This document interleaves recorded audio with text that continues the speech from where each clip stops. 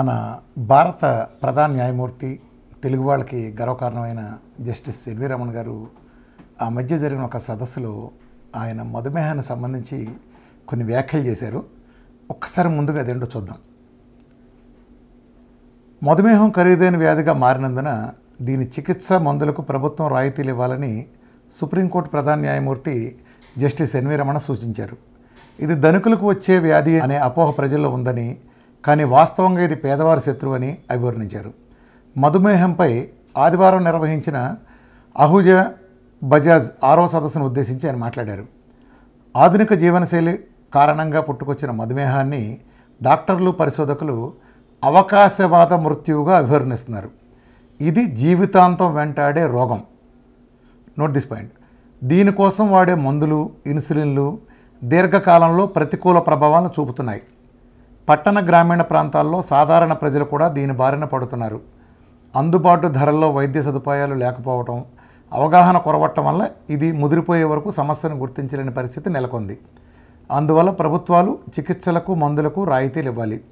నేను కూడా ఒత్తిడితో కూడిన న్యాయ వృత్తిని కాకుండా మరేదైనా వృత్తిని ఎంచుకుని ఉంటే దీని చికిత్స కోసం డాక్టర్లను ఒత్తిడి చేసే పని ఉండేది కాదేమో అనిపిస్తుంది.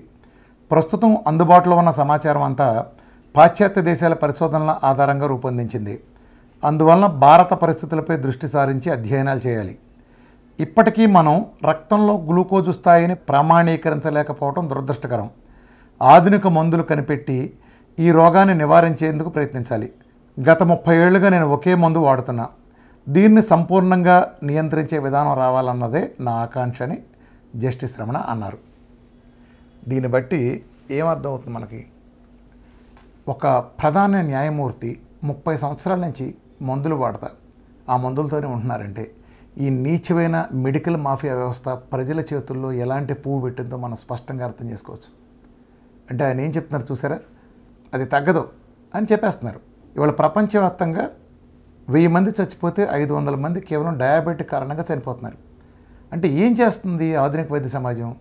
అంత పెద్ద జస్టిస్ని, నిజంగా ఆయననే కాదు, రాష్ట్రపతుల్ని, ఉపరాష్ట్రపతుల్ని, ప్రధానమంత్రుల్ని, ఆల్మోస్ట్ అందరూ ముఖ్యమంత్రుల్ని ఒక షుగర్ ఫ్యాక్టరీలాగా తయారయ్యారు, ఒక పెద్ద వ్యవస్థలాగా. రమణ గారు చూడండి ఏమన్నారు, 30 ఏళ్ల నుంచి మందులు వాడుతున్నా, సరైన మందులు లేవు అని ఆయన ఆవేదన వ్యక్తం చేశారు. అయ్యా రమణ గారు, అమెరికన్ మందుల కంపెనీల ప్రేరేపిత మెడికల్ మాఫియా ప్రపంచం మొత్తంలో ఇదే కాలీఫ్లవర్లు పెట్టింది. మిమ్మల్ని ఏ రకంగా ఇటువంటి భ్రమల్లో ఉంచారో అదే భ్రమ. నిజానికి diabetes type 2 after all type 2 diabetes. ఒక్క మందు వాడకుండా డైట్ మొదలుపెట్టినప్పటి నుంచే చేస్తా వచ్చిన ఛాలెంజ్ ఏంటంటే, ఈ ప్రపంచంలో అల్లోపతిలో మందులతో తగ్గిన ఒక్కడి పేరు చెప్తే నేను 2 కోట్లు ఇస్తాను, క్రిమినల్ రెస్పాన్సిబిలిటీ తీసుకుని జైలుకి వెళ్తానని ఛాలెంజ్ చేశాను. అలానే నా డైట్ మూలంగా ఎవరికి తగ్గకపోయినా నేను ఇదే ఛాలెంజ్ సిద్ధమని ఇన్ని సంవత్సరాలు చెప్పాను. కొన్ని మిలియన్ల మందిని ఒక్క మందు కానీ ఇన్సులిన్ కానీ లేకుండా వాటిని మొదటి రోజే డ్రైనేజ్లో విసిరికొట్టి, గుర్తుపెట్టుకోండి, 30 సంవత్సరాల నుంచి వాడిన మందుల్ని, ఆ మెట్ఫార్మిన్లో, ఇన్సులిన్లో, ఇవేవి డయాబెటీస్ తగ్గించడానికి కాదు. ఇదంతా పెద్ద మోసం. మనకు వచ్చిన వ్యాధి డయాబెటీస్ అయితే ఈ వైద్య ప్రపంచం చేసేది, ఈ అమెరికన్ మెడికల్ కంపెనీ మాఫియా ప్రేరేపిత వైద్య సమాజం చేసేది బ్లడ్ షుగర్కి వైద్యం. బ్లడ్ షుగర్ వేరు, డయాబెటీస్ వేరు. మీరు బ్లడ్ షుగర్ని ఎంత ప్రెస్ చేసి, ఎంత తొక్కితే డయాబెటీస్ అంత పెరుగుతుంది. ఈ మినిమం అవగాహన లేకుండా చేపట్టే ఇది ఆఫ్టర్ ఆల్ ఒక జీవనశైలి వ్యాధి. ఈ జీవనశైలి వ్యాధికి అద్భుతమైన పరిష్కారం మన ఆహార విధానం. మీ సాటి తెలుగు వాళ్ళుగా మేము ఎంతో గర్వపడతాం మీ గురించి. ఒక తెలుగు వాళ్ళుగా మీరు అత్యున్నత స్థానం అందుకున్నారు. నిజానికి ఇక్కడ ఏం జరుగుతుంది తెలుగు సమాజంలో మీరు కూడా దయచేసి గమనించండి, మీ నివేదికల ద్వారా మీరు గమనించండి. డయాబెటిక్ టైప్ 2 ఆఫ్టర్ ఆల్ మొదటి రోజే మందులు మురుగుంట్లో పారేసి, నేను చెప్పిన విధంగా డైట్ తీసుకుని కీటోన్ మెటబాలిజంలోకి మన డైట్ విధానంగా, ప్రపంచంలో 190 ఉన్నాయి, అది కాదు, మన ఫ్యాట్ డిఫరెన్షియల్ తీసుకుంటా వాడితే ప్రపంచంలో ఎవరికైనా తగ్గి తీరాల్సిందే. 1 కోటి మంది చేస్తే 1 కోటి మందికి తగ్గి తీరాల్సిందే ఎవరికైనా, ఇంక్లూడింగ్ టైప్ 1 కూడా నేను ఇచ్చిన ప్రోటోకాల్ ప్రకారం చేస్తే ఒక్కరోజు కూడా ఇన్సులిన్ వాడకుండా, అంటే ప్యాంక్రాస్ డెడ్ అయిన కేసులు, అంటే సి పెప్టైడ్లు 0.01 ఉన్న కేసులు కూడా 1.19 2లు 1.5లు ఇలా 4 నుంచి 5 నెలల్లో చక్కగా పిల్లలు రికవర్ అవటం, ఈ ప్రాసెస్లో ఇన్సులిన్ వాడాల్సిన అవసరం కూడా లేకపోవటం, తర్వాత కూడా ఈవెన్ టైప్ 1 మన డైట్ చేసి తగ్గిన తర్వాత కూడా వాళ్ళ సాధారణ ఆహారం గ్లూకోజ్ ఆహారం తీసుకున్న నార్మల్లా మారిపోవటం అనేది సుసాధ్యం. ప్రపంచం అసాధ్యమని అనేక వాటిని ఇంక్లూడింగ్ క్యాన్సర్లతో సహా సుసాధ్యం చేసిన మన డైటు ఆల్రెడీ వచ్చిందండి. కొత్తగా ఏమీ కనిపెట్టవసరం లేదు. ఇది జీవనశైలి విధానానికి సంబంధించింది. కేవలం జీవనశైలిని సరిచేయటం ద్వారా, కేవలం మెటబాలిజాన్ని మార్చడం ద్వారా మాత్రమే డయాబెటీస్ని రివర్స్ చేయొచ్చు. ఒకసారి డయాబెటీస్ రివర్స్ అయిన తర్వాత గతంలో చేసిన పొరపాట్లు మనం చేయకుండా పోస్ట్ డేట్ ప్రోటోకాల్ కనుక చేస్తే శాశ్వతంగా డయాబెటీస్ని శాశ్వతంగా నిర్మూలించడం మంచినీళ్ళు తాగిందంటే చిన్న విషయం.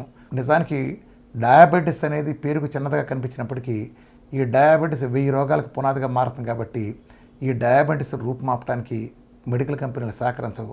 నిజంగా చెప్పాలంటే వీటి ఫండింగ్ మీద ఆధారపడే ప్రభుత్వాలు కానీ ఇతరత్ర పవర్ఫుల్గా ఉండే అధికార వ్యవస్థ ఈ గణమంతా మారాలి. మీలాంటి వాళ్ళు చర్యలు తీసుకుని చూడండి. మీరు నాకు ఒక అవకాశం ఇవ్వండి. మీకు ఇంతవరకు 30 ఏళ్ళ నుంచి ఇస్తున్న మందుని మొదటి రోజు డ్రైనేజ్లో పారించి అల్లోపతిక్ డాక్టర్ల పర్యవేక్షణలోనే మీకు నేను తగ్గించి శాశ్వతంగా కనుక నేను తగ్గించే ప్రోటోకాల్ నేను చేసి దగ్గరుండి చూపించలేకపోతే నాకు మీరు ఏ శిక్ష విధించినా నేను నిర్భయంగా స్వీకరిస్తాను. రమణ గారు, ఇది మీ మీద అత్యంత గౌరవంతో బాధతో, ఎందుకంటే మీలాంటి వ్యక్తుల్ని అనేక మందిని ఎంతవరకు సఫర్ చేసిన వీళ్ళ ఒక ఆవేదనతో చెప్తున్నాను. అట్లనే ఈ మధ్య తెలంగాణ గవర్నమెంట్లో కూడా మన తెలంగాణ పోలీస్ సివి ఆనంద్ గారు కూడా ఆయన ఒక కామెంట్ చేశారు. పోలీస్ డిపార్ట్మెంట్లో వెస్ట్ జోను లేకపోతే మరి ఎంటైర్ హైదరాబాద్ చేశారు. ఇదంతా సర్వే చేయించినప్పుడు 100కి 60% మందికి వాళ్ళ పోలీస్ డిపార్ట్మెంట్లో జీవనశైలి వ్యాధులు ఉన్నాయని. ఆనంద్ గారు, ఎటువంటి ఆందోళన అవసరం లేదండి. మీరు దానికోసం వైద్యం కనుక చేయించారా అది పెరగటం తప్పితే ప్రపంచంలో ఒక్కడ కూడా తగ్గించని ఆ మందులు ఆ ఇన్సులిన్లు మీరు ఎంత చేసినా అది పెరగటం తప్పితే ఉపయోగం లేదు. అది ఎక్సర్సైజులతోనూ వాటితోనూ కొద్దిపాటిగా ఏదో 1% 2% అదుపులో ఉంటుంది తప్ప అదేం పర్మనెంట్గా అదుపుగా ఉండదు. కేవలం మన చక్కటి డైట్ విధానాన్ని చాలా సింపుల్గా ఎవరింట్లో వాళ్ళు చేసుకునే ఆహార విధానాన్ని పరిష్కరించడం ద్వారా ఒక్క మందు వాడకుండా బయటపడవచ్చు. మీరు దీన్ని కన్సిడర్ చేస్తే నేను మీకు సహకరించడానికి కూడా నేను సిద్ధంగా ఉన్నాను. అట్లనే ఈ మధ్య అపోలో గ్రూప్ కూడా ఒక హెల్త్ బులెటిన్ రిలీజ్ చేసినప్పుడు దాంట్లో కూడా తెలియజేశారు, ఈ దేశంలో 60 లక్షల మంది జీవనశైలి వ్యాధులతో చనిపోతున్నారు. అంటే ఎంత విధ్వంసం సృష్టిస్తున్నాయో అర్థం చేసుకోండి. అట్లానే కార్పొరేట్ ఉద్యోగుల్లో 56% మందికి ఏదో ఒక జీవనశైలి వ్యాధితో దీర్ఘకాలంగా మందులు వాడుతూ సఫర్ అవుతున్నారని అపోలో హెల్త్ బులెటిన్లో కూడా తాజా నివేదికలు కూడా తెలియజేశారు.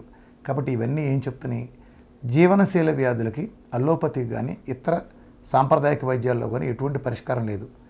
ఆధునిక సైన్స్ని పాత విజ్ఞానంతో ఆహార విధానంతో మన పూర్వీకులదైన మన నేటివిటీతో కూడిన మన డైట్ ప్రూవ్ అయిన మన డైట్ క్యాన్సర్లతో సహా అవలీలగా తగ్గించగలిగే క్యాన్సర్లు, మొండి క్యాన్సర్లతో సహా, డయాబెటిక్ టైప్ 1తో సహా, రొమటాయిడ్ ఆర్థరైటిస్ లాంటి, సోరియాసిస్ లాంటి, ఎగ్జిమా లాంటి ఆటో ఇమ్యూన్ డిసీజులు కూడా అవలీలగా ఆహార విధానంతో తగ్గించగల మన డైట్ ద్వారా మాత్రమే ఇవన్నీ పరిష్కారం అవుతాయి. వీటికి సంబంధించి ఏ టెస్టిమోనియల్ దేనికైనా నేను నిలబడటానికి సిద్ధంగా ఉన్నాను. ఆహార విధానం గురించి మీరు ట్రై చేయటం ఎలాంటి తప్పు లేదు.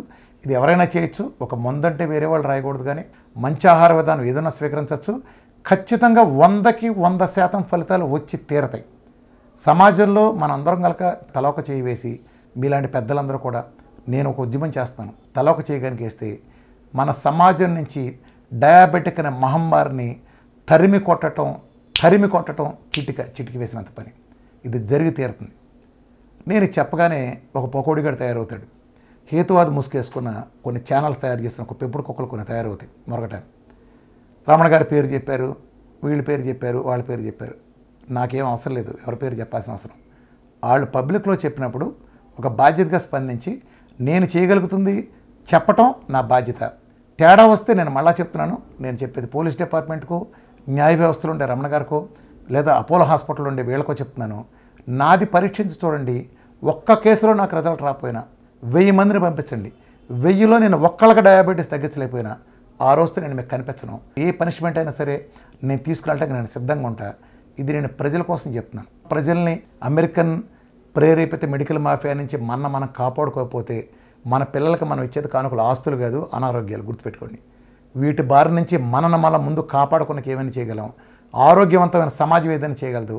ఇది ఒక ఆరోగ్య ఉద్యమంగా మన భావితరాలను కాపాడుకోవాల్సిన ఉద్యమం లక్ష్యంగా చేయాలి తప్ప ఇలాంటి పనికిమాలిన పోసుకోవాల్సిన అసలు మాటలు పక్కన పెట్టి మీరంతా చేయండి. నేను దీనికి సంబంధించి ఏ ఛాలెంజ్కి దీనికైనా సిద్ధంగా ఉన్నాను. ఎటువంటి దీన్ని సహకరించడానికైనా ఎప్పుడూ సిద్ధంగా ఉంటాను. Thank you.